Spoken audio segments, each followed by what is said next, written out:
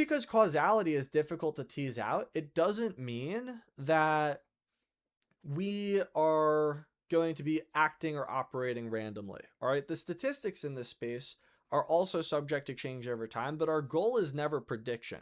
Our goal is positioning and survival. In order to generate wealth, what we need to do is we need to operate on a return distribution with a reasonably positive mean over a long enough time horizon to generate and compound returns over time.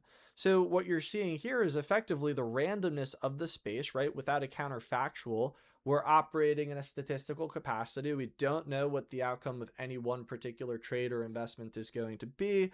However, we know that if we have some sort of edge and we're correct on average, then our return distribution is going to have a positive mean, as indicated by this positive green line here. This entire distribution is kind of shifted to the right.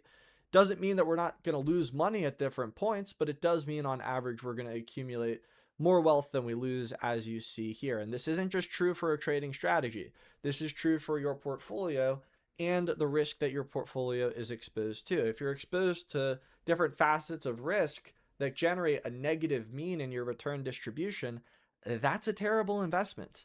And that typically comes from trying to chase exorbitant returns, which is exactly what leads to net zero or even negative accumulation of wealth over time in an investing sense. You don't get something for nothing. You never get something for nothing. All right. Our goal is never to just predict with an indicator or a strategy. It's positioning and survival. We want this positive mean and we want to accumulate that wealth over time. So in an equity portfolio, for example, we typically subject ourselves to market risk premia. That is the edge, if you will, in our portfolio generating wealth over time. That doesn't mean you're not subject to drawdowns or losses at different points in time, but it does mean over the long run, if that edge persists, you'll be able to continue to generate wealth. Okay, so that is the statistical mechanism to generate wealth. That is the entire idea here of effectively positioning and survival. The efficient market hypothesis is just wrong. There's plenty of opportunity to generate wealth in the markets. Equilibrium prices represent the market's best guess from supply and demand. It doesn't mean that it's correct. And without counterfactuals, we're never going to be able to predict anything or even discern if our predictions or thesis or strategy is what produced a particular return. Instead, it's about statistics, operating as the casino, being the house, having a distribution with an edge and accumulating that edge over time. How you do that, you can do this in one of 10 million different ways. You could actively trade.